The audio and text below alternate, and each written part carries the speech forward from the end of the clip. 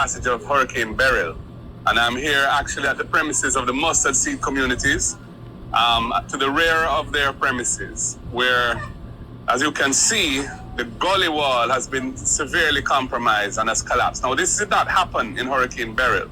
This happened in November 2023, but nothing was done. And as a result of all the debris that's accumulated in the Gully, with the heavy rains of Beryl, the communities got flooded out. I've just toured the community on the other side of this, where many people live. And you will see pictures or videos that we took of the conditions there. And this is all as a result of the water not being able to pass along the Gully freely, backing up and coming over the Gully bank into the community. It's absolutely critical. It's absolutely critical that this Gully be cleaned. And that, okay, it's Friday, 2 days after the passage of Hurricane Beryl. And I'm here actually at the premises of the Mustard Seed communities. So there you hear it, my people, and Mark is in the community of Andrew Holiness constituency. They Gully there, and the whole light break off. So, while him there tour in a helicopter, Mark the on the ground in his own constituency. But anyway, I hear him say, it won't be no free for all in the distribution, and he's going to make sure everything distribute accordingly for those who are hurt in Hurricane Beryl.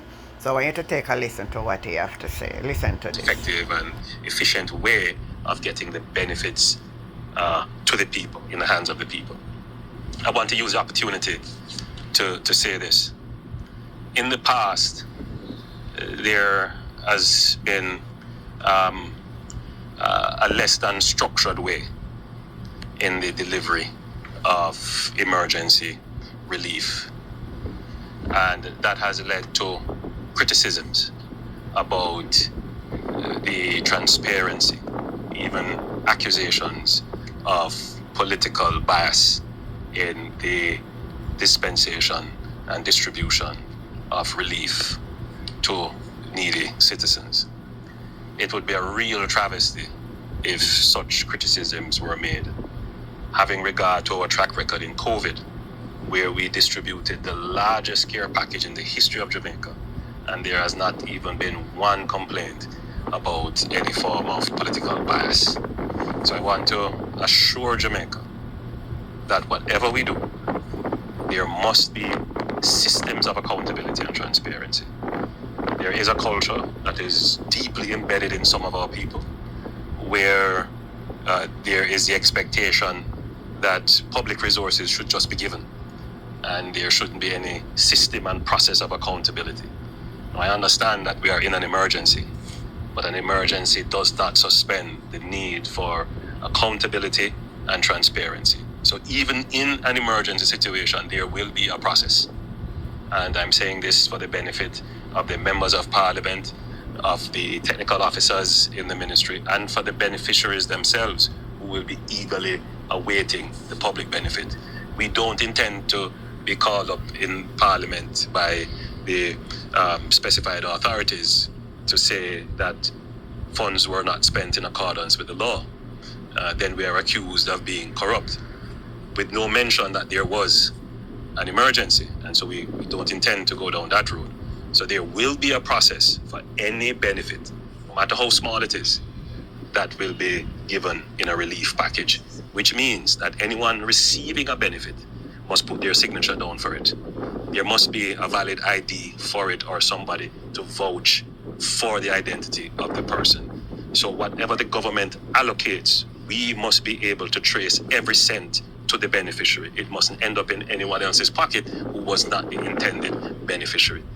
Now, these things may add layers to the process, and it may take time, but it is absolutely important for the stability and strengthening of our democracy and accountability that this be done.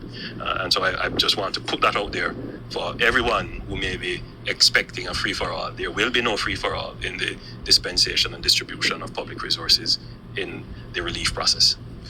Finally, PM, the preparations held up with the aftermath and the feedback you can hear in St. Elizabeth among the other parishes. Did the nation's preparation held up? against burial? I'm giving you 3 levels of assessment. I'm giving you the level of assessment that I am aware of, meaning that I am directly involved in. The preparation of the cabinet, the preparation of the senior leadership, the policy direction. I'm certain that it worked and worked very well. At the level of me going around and meeting the actual implementers and meeting the people, the sense I get is that it generally held up and performed. The real test, however, is when we do the post-preparation review, when we go through with ADPEM and see what were the weaknesses, what didn't work, which is a more objective and scientific way. So I can say I'm certain of what I did and the impact it has. And I am fairly certain of the feedback I've gotten, which could be very subjective, and it's not general enough. I have not gone all over. But from wherever I've gone, I've gotten good feedback. And now we await the objective analysis, and then that will tell us where there are weaknesses. My sense is that generally our system works. And I can make that statement even without the objective analysis being done, that Jamaica has never been this ready. And I don't mean politically. I mean, we have built within government lines of effort that stand up even when there is no disaster, that are built and institutional in the way they work, from legislation to the direction of leadership, from the allocation of resources, from the structuring of our fiscal and financial affairs. All of it has worked according to what we intended it to. So there you have it, marking the Prime Minister constituency touring.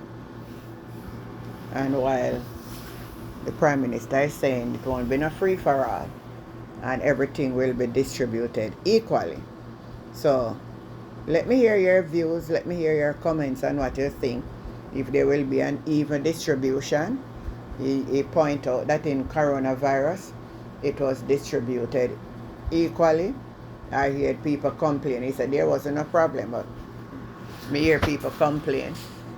So make we see how it will work out, my people. Leave your views, leave your comments, and the conversation continues.